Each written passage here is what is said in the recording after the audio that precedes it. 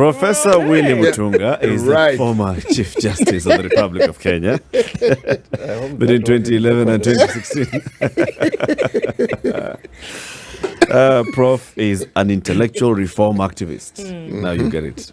Prof, welcome to Kenya's Biggest Conversation again. Good to have you again. Yeah, always a pleasure hosting you. You're here alongside Rachael Mwikali, who is back. She is a women human rights defender.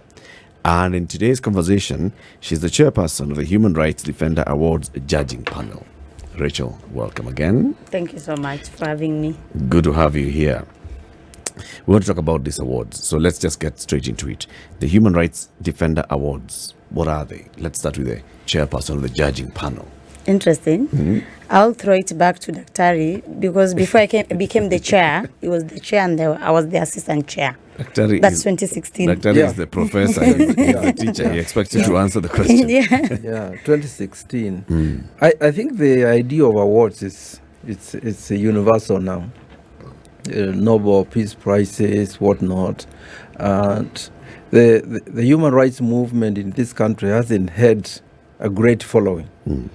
And the idea was, to start glorifying some of the activists, building bridges between the middle class human rights activists and the grassroots compatriots, so that it has a following. Just the way religious organizations have a following.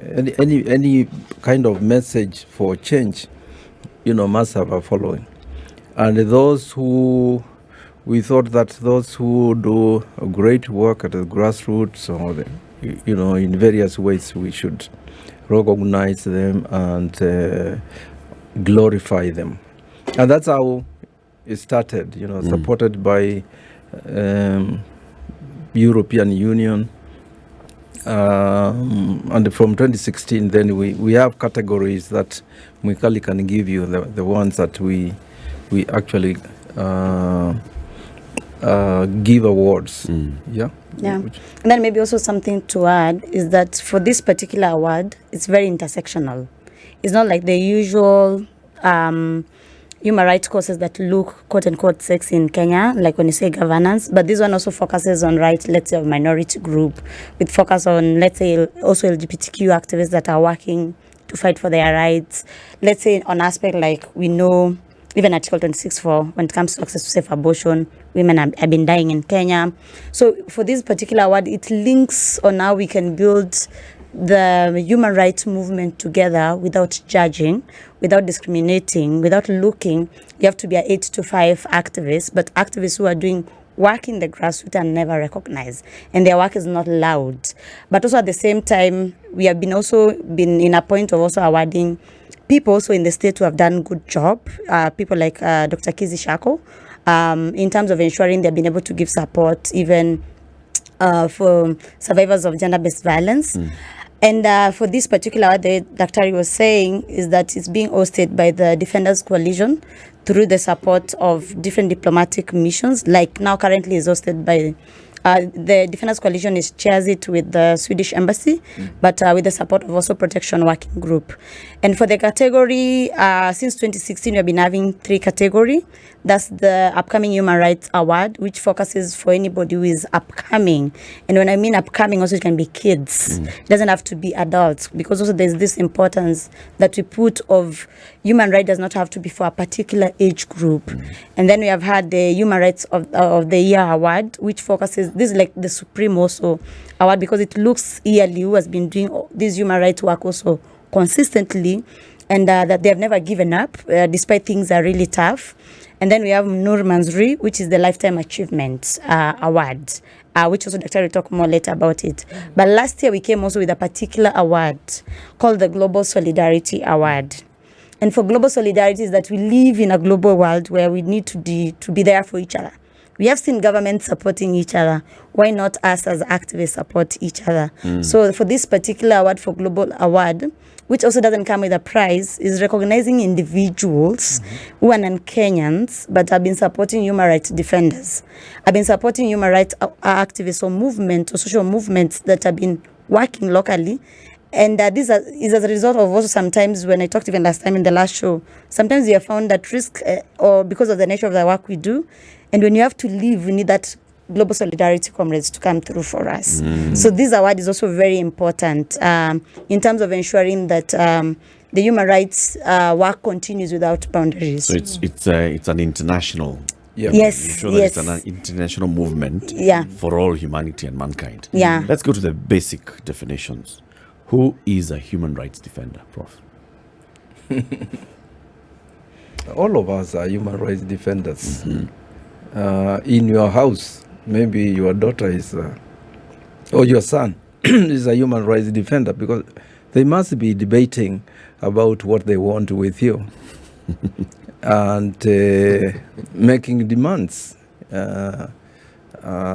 talking about maybe the fact that they should be heard. Maybe you're not Asserting their rights. Yes, there is, even at that family level, a lot of politics and a lot of rights, being discussed. So I take that broad view that almost every Kenyan, wherever they are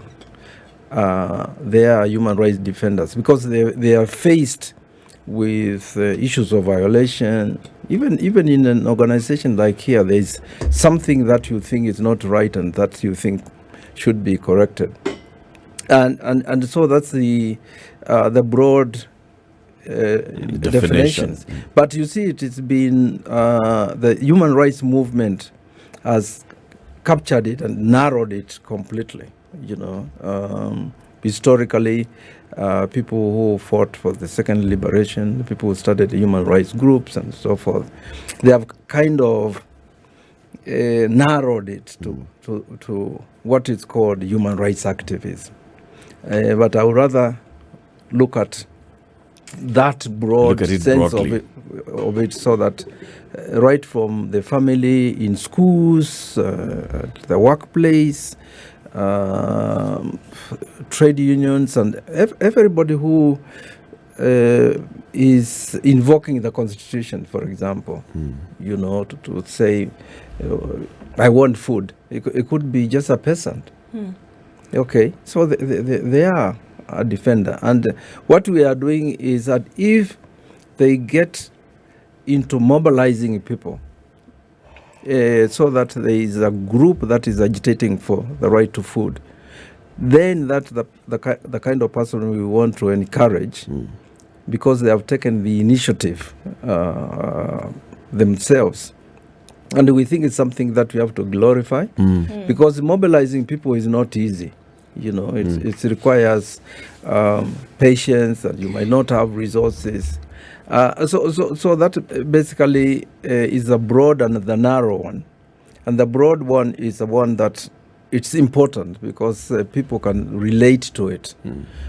Because the narrow one, during Moi's time, we were just being attacked at rabble rousers and people who hawatosheki, wasaliti and so forth, So there are various categories of it. And one of the categories that we've looked at in giving a life, what we call Life Achievement Award, is we gave to this woman called Field Marshal Muthoni was in the Mau Mau, because we recognize that the Mau Maus also fought for rights. The notion of the Army Code being called land and freedom is very, very important, because freedom was about rights and the land was about, resources. So we're also looking back and finding that there are people like that who fought for this country.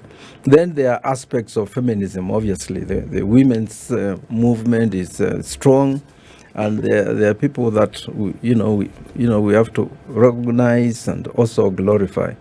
Apart from the awards, there are people we give certificates to basically say, we recognize what you are doing. It's a good job. Environmental activists, environmental justice is also becoming very big in Turkana and other Mombasa. places. So we're saying that for you to measure how one has defended human rights, it's a lot more than having the conversation. But that we're seeing that there's a resultant effect of what they've been saying or doing, then that you can say, indeed, this person has been a defender of human rights over time. Right. So it's more than having a conversation. Yeah, it's more. Or does the conversation as well contribute to one being a defender? It's always an integration, because you see, conversation sometimes starts on at the level of intellectual engagement, where you're talking about ideas, what this is about, and so forth. Then these are beyond the conversation. It's the action. Okay. So there's some integration, but I think we look at the action more, because there are some people who feel like, take an example of a woman who is abused, and it's a resistance to abuses. They start talking to other women, and they form an organization, and there is a resistance, and whoever was the violator is called to account and all that. Okay, and that person might not even have heard about human rights and what it means. It's just a notion of humanity that have been violated as a human being and have to do something. You see, that takes a lot of courage, in my view. Yeah. There are some societal norms, and I think the word norms more or less describes it well, where people may be living in certain situations and in certain ways and are not even aware that the circumstances that they are living in violate the very rights that they have. Right. But they are unaware. So are you then saying that even people who are involved in awareness creation, getting people to understand, people who fight for curriculums to be changed so that school children actually get to understand what these rights are, what their positions are, so long as it's something that helps further the understanding of the fundamentals of human rights, are you saying all these people are included when you are considering the people to whom award should be given? Yeah, because what you have given is a category we call the human rights missionaries. They do the same. You've given a good example of that, and they don't. They are working. They are doing human rights work. They might not even be conscious that that's what they are doing, but they are changing. The lives of people. They are getting people to focus on a particular thing, and they are not using at that point. They might not call themselves human rights activists at the grassroots. The word might not be there. They could be using haki and whatnot. But it's the same. It's the same thing. And when the human rights say they want to be missionaries, it's because they say they want to be where the violations are. A priest does not leave the flock. Or even a pastor. So when we talk about the human rights activists, the grassroots, those are the people we are saying they need to have a bridge with the middle class ones, because the middle class ones, they're the ones that I'm saying are narrow.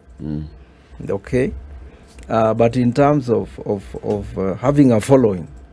It's that kind of person you are talking about who can actually say they have a following and they have created a movement, and that has to be encouraged, because the middle class human rights activists get awards from all over the place. Okay, they do, and in fact, in our case, if you have an award from any other place, we don't consider you. We basically want people who haven't been recognized. And there are many of them. Yeah. What would you say, Mwikali, is the state of generally human rights in the country?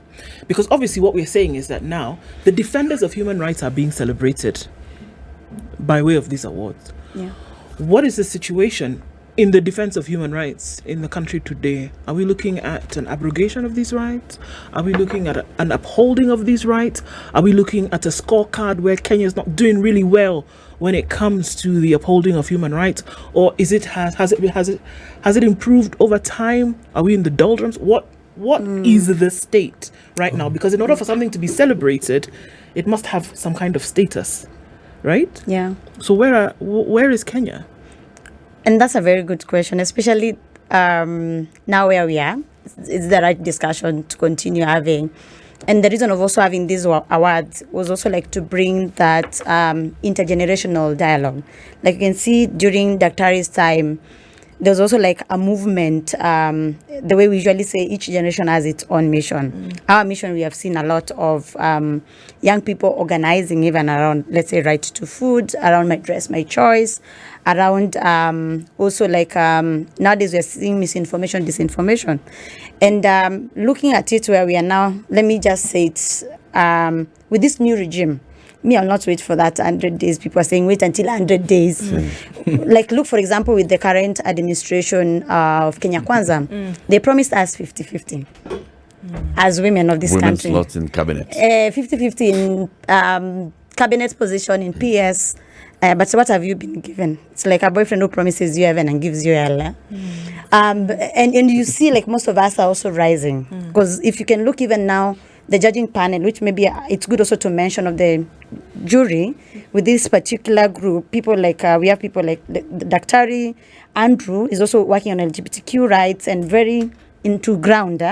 People like Ikali Ngeleng from Friends of Lake Turkana, working with Turkana community hand in hand directly.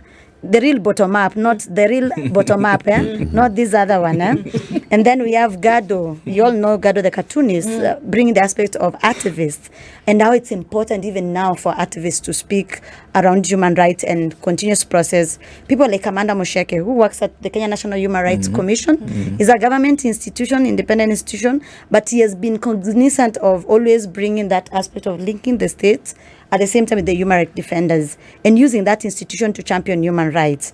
Then we have Grace Lolim. She comes from Isiolo. Isiolo is very grassroots, She's a grassroots woman doing fantastic work also with our organization. We have people like Njeri Kabeberi. Most of people know Njeri through the release of the political prisoner women at the Freedom Corner. Like when she was still young, the way the work she helped the mothers to continue like fighting for their kids to be released. Why is it right now? It's right because also if you can look now with ongoing, and with all the due respect of religion, with now ongoing evangelical patriarchy, I will say that, where the state is meeting with the church that also sees issues of choice being a problem, seeing the issues of also now when you have to be asked, also like please identify yourself. If you are not attached to any man, or any kids, you're not seen as a person. So having this kind of an award brings in that the freedom that was fought, even having the 2010 constitution, which is the importance of constitutionalism, we can still defend it. We can still protect the gains because now we are moving back with also even women's rights. We are moving back a few steps ahead. And we're being told, we're only giving you gender advisor, blah, blah, blah. But still, you could not see like it's adding up. It's important. We agree. It's nice. There's traction. You've got to raise the status questions. is that it's not where it was before. Yeah, there's gains, but also if you're not careful, we are losing the gains. And there's been also formation, the way Dr. was saying, of social movements. We all know even our Bunge la Mwananchi has been organizing. The Social Justice Center, the feminist movement also in this country is doing a lot of work. You can see there's new formation. So the fact that we're having this award is to say, imagine, even if it's hard, we can still move. Imagine if it's hard, we are seeing some gains. Yeah. It's still happening. Let's take a break. It's 8:30. We are talking about the Human Rights Defender Awards 2022. Our guest this morning, Professor Willy Mutunga, former Chief Justice, intellectual reform activist, and of course somebody who's been in the forefront in the human rights movement for very many years, one of the founders of the Kenya Human Rights Commission. I'm right? Yes. Yes, I know. I thought you called me a former human rights activist. No. I'm just kidding. Rachael Mwikali is a women human rights defender, and she is the chairperson of the Human Rights Defender Awards judging panel. The conversation continues. This is the Situation Room, the only way to start your day. Mwikali was talking about promises that the government has made, and you're saying, let's not even give them 100 days. Let's look at what was supposed to have happened on the first day, on the second day, on the 30th day. Yes. And there's one that caught your... Well, it did, because we were... the conversation had been about human rights, and what I was wondering, now I'm wondering aloud, is broken promise, human rights. Where's the violation? Interesting. Like if you look previously around the 2/3 gender bill and the kind of ruling that has been even from the judiciary, is that it's very important to actualize the 2/3 gender bill. And with the current regime of one of the campaign for their manifesto was that if they get into power, for them also as a political positioning of ensuring that this is met, they'll give women of Kenya 50-50. To ensure that it does not contradict with the ruling of the 2/3 gender bill, which they got into power. We have not seen that 50-50. So where does it come in terms of accountability? Because human rights is also about accountability. Accountability for the state, accountability for him, the Dr. William Samoei Ruto, being the head of state, actualizing also what their manifesto stood for and in relation to the constitution. So here the right of gender equality also has been violated. And that's why it's important if now we link it now with the 2/3 gender bill. It's like it's also like us as a country, not only just women, because gender issue is not about women. It's about as a country, where are we positioning the voice of our women, the rights of women. So it has not been met. So it means a right here has been violated, and that's why as a movement we need to push to actualize that this rule is put into practice, it's put into actualization, that does not also come to a level that we feel half of the citizens are not well represented. There's a conversation that has been taking place globally, and that conversation has tried to make its way into Kenya. It comes, it goes away, it's taken to the president whenever he's interviewed on CNN, President Uhuru, now President Ruto, LGBTQI. And I hear you're giving it a lot of emphasis in this year's awards, the LGBTQI issue, and wanting to recognize the work of the LGBTQI defenders and campaigners in Kenya. Why? I think it will be problematic if we say this year we have been giving it recognition. We have been, as one of the human rights principle is that human rights are indivisible; they are not divided. And if we say the sovereignty of the sovereignty of the people, like here in Kenya, based on the power we have, is that nobody should be judged. The Constitution is very clear, based on your gender, race, and let's say gender orientation or sexuality. So why is it that we are living in a country where we say we stand for human rights for all, and yet we have people being judged based on their gender and sexual orientation? So it shouldn't be the fact that the president, his mandate being that supposed to protect all of us, and saying these rights are more important than the other one. And I think also that's why as a country we need to shift. It's not like it's a issue of global north or whatever. Like I'll give an example in Kamba community. And Dr. also, you can correct me. It's fortunately like we come from the same... He's an elder. As an elder. There's something called Iweto. And Iweto women marry each other. It has never been an issue. Why now it's an issue? Is it? And I stand to be corrected. It has never been an issue. When you say that there's judging in the community, who's judging? Mostly when we have laws that are very criminalizing, like based on the penal code of that are very colonial and judging. Like for example, when there was a Repeal 162.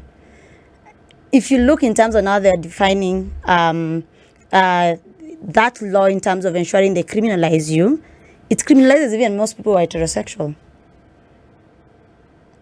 And that's when I'll challenge Kenyans. When now we talk about political education and constitutionalism, go and read it.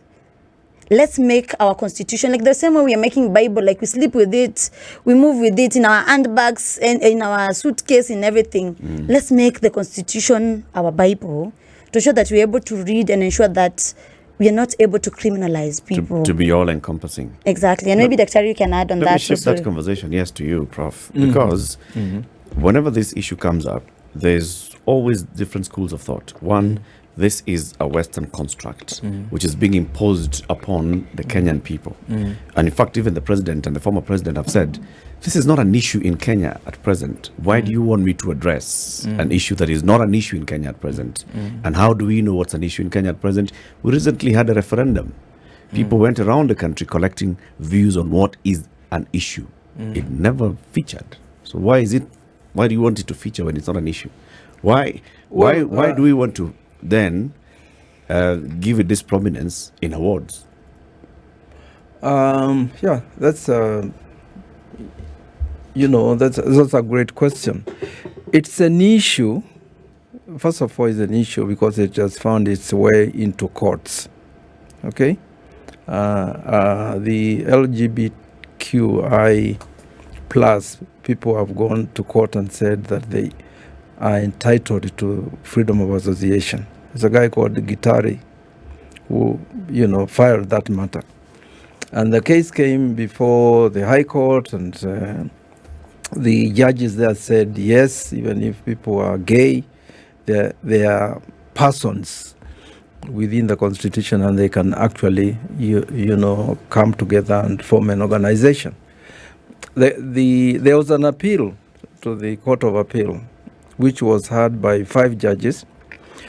And 3 judges, C.J. Kome, Waki, and a guy called, a judge called Mahandia, ruled in favor of association.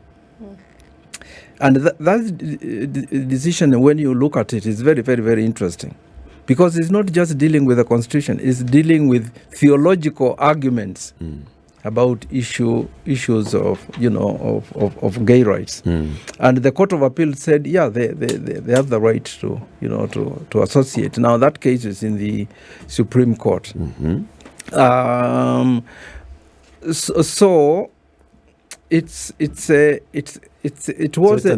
issue. It's an issue, and it did crop up in the constitution making processes. And that's why you find that Article 45 talks about that same-sex marriages are outlawed. Okay? And it's written in a way where judges can interpret it whichever way. Then Article 27, it says no discrimination on the basis of sex. The courts, a lot of people are arguing that sex includes, sexual orientation. And so when you look at that movement, it's also important, and I've followed it myself for a long time. When I worked at the Ford Foundation, I used to fund gay groups in Uganda, Tanzania, and Kenya, and we were obviously attacked. It's an issue that people feel very strongly about. But the Constitution asks basic questions. If your son comes or your daughter comes to you and says they are gay, are you going to throw them out of the house? Are you going to deny them, school fees so that they don't go to school? Are you going to be happy if they are brutalized by other people who basically think that this shouldn't happen? Or landlords who tell them you can't stay here and so forth. It becomes the question of, humanity. And that's why within courts now, the theological arguments of Desmond Tutu have become very powerful. Because Tutu argues that God is our creator. And the God who has created people who are gay, people who have disabilities, is a supreme God. And human beings have no right to own God and judge others. Okay? And the CJ Mother Kome, quoted, I don't know whether it's her or Waki, they quoted Jesus on this issue. Do you remember that parable of Jesus where this woman was caught in the act and they wanted to stone her? And Jesus said, whoever who has not sinned should throw the first stone. So there is a lot in the Bible that it's being discussed now, because in the Constitution there is the God of the Constitution, and there is a lot of issues there. Article 8 about we are secular state. 159 traditional religions are recognized. Atheists, there's a guy called what's he called, Harrison Mumia, who is the president of the Atheist Society. So that's secularism, and these matters are just going to go to court.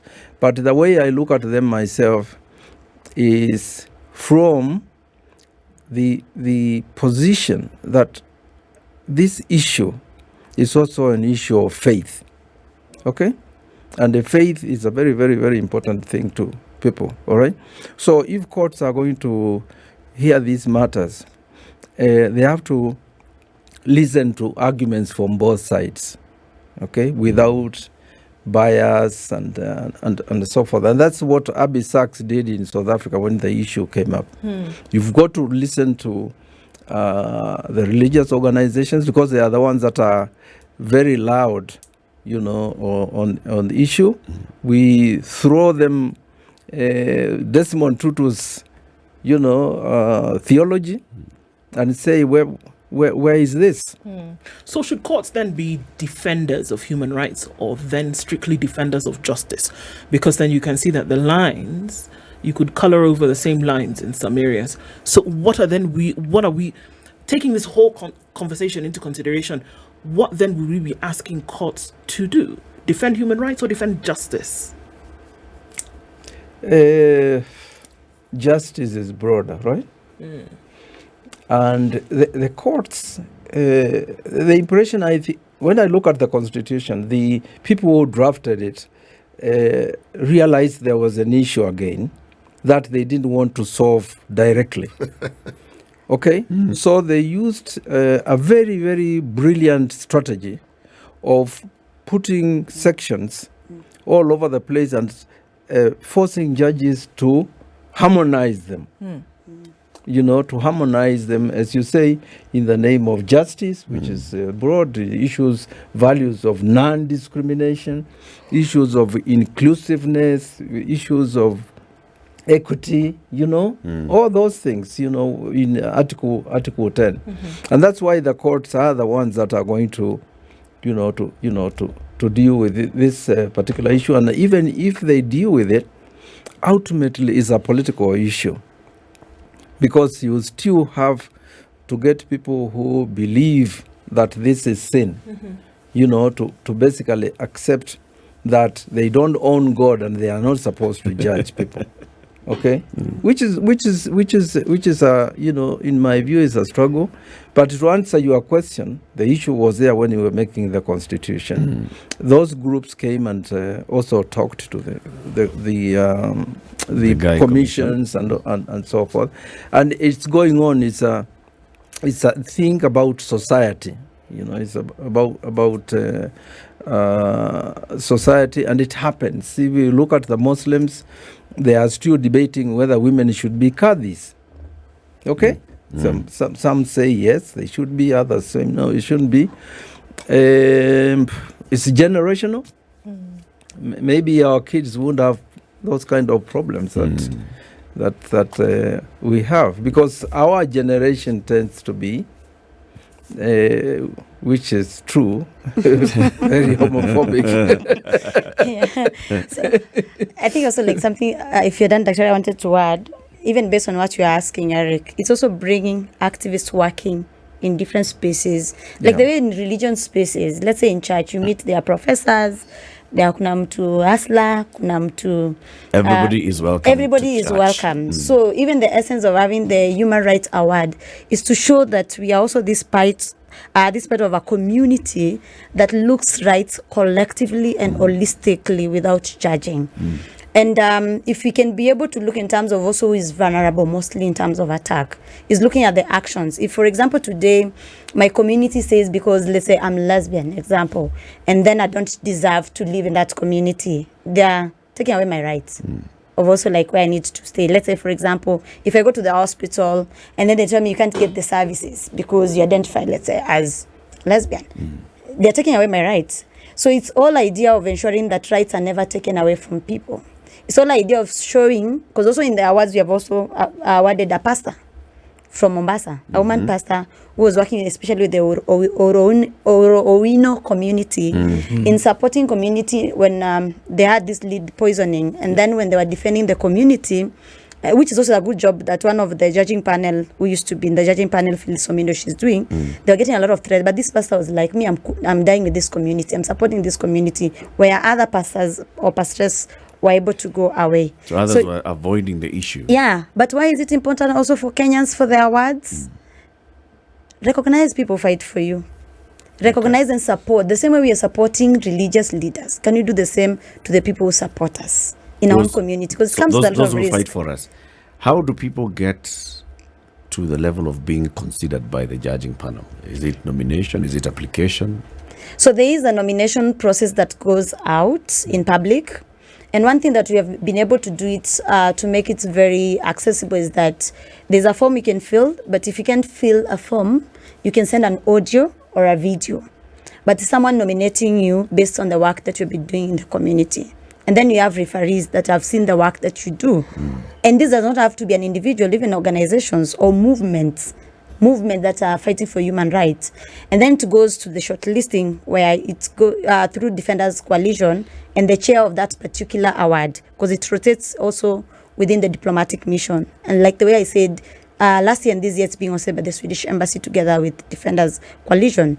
Then the committee, the shortlisting committee, does the shortlisting with verification, also going to the ground, ensuring that they're able to get the assessment from community members, like who is this person, what do they do? And then after shortlisting, it comes back to us at the judging panel. And then we usually have our own criteria. First, face of Kenya, because we have 47 counties, gender, youth, intersectionality, and emerging issues. Like currently we know there are a lot of also emerging issues around also environment. There are a lot of emerging issues around also like the way we are saying with these new regimes, we are seeing rights around choice and sexual reproductive health being targeted, or LGBTQ, or also governance because of the whistleblowing. We have seen, like, we have had leaders that were denied not to contest for the political position, but because they know who and who, and for the integrity purposes, their cases now we have seen being withdrawn. So there's those also part of the governance level that we are saying as Kenyans, we need a good leadership. So when it comes to us now as the judging panel, which is good that we have never had both Bomas and Serena, and we're not looking to have both Bomas and Serena, we have a consensus. Why this person? Why do you think this person deserves? And because all of them, they deserve. One of the things that as HRD, what we are keen in saying is that there's no HRD who is more better than the others. But we have seen the others that have put themselves in a lot of risk that needs also that protection. Because also the awards comes also with protection for you to continue doing the work. And then that's where we decide as a team, these are the people that we think they need to be awarded. We have had instances that we have had an award being shared by institutions, by the movement, because also there's what we try also to remove is this narrative. An activist, you are a lone ranger. You work with a community, and movements are built collectively, not by Rachael the celebrity or Daktari, the person who's seen on media. We try to remove that notion that for you to be an activist, also there's that part we need to work collectively, and you're part of either a movement, an organization, or as an individual that has said, I'm going because people are keeping quiet and they deserve to speak truth to power. And that's why even keen when we give our speeches during the awards, which is happening on 2nd of December. I hope you people will come. Which also we have been putting a lot of support also on journalists who are doing also investigative journalism. And we have been also, because there's a role media play to support our work. The fact that you can be able to amplify issues that us we can't get the access of spaces. So also we have been showing that importance that media who also speak truth to power are also part of the human rights movement. And they are part of the human rights space that we're able to work together and push for the causes that are beneficial in promoting, defending, and protecting human rights. Yeah. What does it look like? What is the hope? There can be a celebratory aspect we take towards all of this, in that people have done it and helped to defend these rights, and to say that we are looking at a footprint of human rights protection in the country. What would be the hope moving forward? In as much as celebration is important, what would be the hope that Kenya is not swimming anymore in what one may call dangerous waters when it comes to the defense of human rights? Yeah, I think that's a great question. It's the hope is what sometimes you have called a human rights state and society. Okay, where that becomes a norm, and respect for human rights by the state, by the people themselves. And here there are certain rights that have become so critical, the ones we call economic and social. Article 43. During COVID, they were verbalized, the right to food, water, sanitation and social security.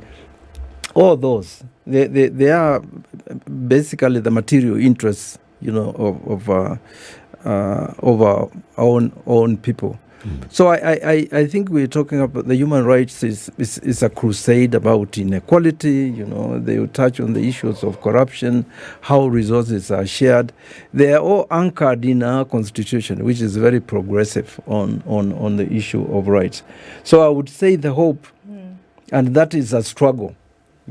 Let me say it's a struggle, because people have to, keep on, demanding these rights, and that's what the women are doing. Article 1 says that sovereign power rests with the people. There are more women in this country than men, and yet you have regimes that don't even want to give them the minimum, which is a third. Okay. I think. Can I answer also? I think when you look in terms of the hope, is localizing the constitution to its practicality. An example, health should be a public good, not privatizing it. Example, yeah? So it's seeing a country where is able to defend and protect the constitution, but being that this is also a human rights award, where the country and the government recognizes that they are human rights defender who do a lot of fantastic work in this country. And as Daktari puts it, as much as we say a prophet is not celebrated in their home, can we celebrate our own prophets? It's usually very important when you see the work you do for the benefit of your own country, the country recognizes the contribution. And when, for example, when you are giving even the Modoni, it's seeing like a role during the mama when she was still young. So it's also bring this new conversation, new breed that also kids. I know our education system is also another problem where you're taught not to question, but bring this a constituency of kids that we're able to learn when things are not doing well, or when things are not doing well, citizens can be able to resist and say this is not right, but we're able to build it together, but as primary responsibility from the states. So that recognition is very important, because even this year we have had activists being killed because of the work they do. Like we had a protest in March for Elizabeth Ekuru from Isiolo. So, and we have had Joanna Saberi, who was murdered in Kiambu because of the land. We have had even the Winauru community, like by Phil, is being threatened. So what does it mean when you're trying to fight for your country and you're not protected? So we don't want to go and seek protection somewhere else. We need to start first from our own community and from our own government, ensuring they protect us. And all of us also participating in it. Exactly. Yes. And contributing also resources. That Yes. is big. Thank you very much, Rachael. Rachael Mwikali is the Women Human Rights Defender and a chairperson of the Human Rights Defender Awards judging panel. The awards will be presented at a gala on the 2nd of December this year. Professor Willy Mutunga, we all know him. He's the foremost human rights defender in the country, former Chief Justice and intellectual reform activist. Asanteni sana for joining us, and all the best with all the work that you're doing. Thank you. Thank you. Always a pleasure having you here. Thank you.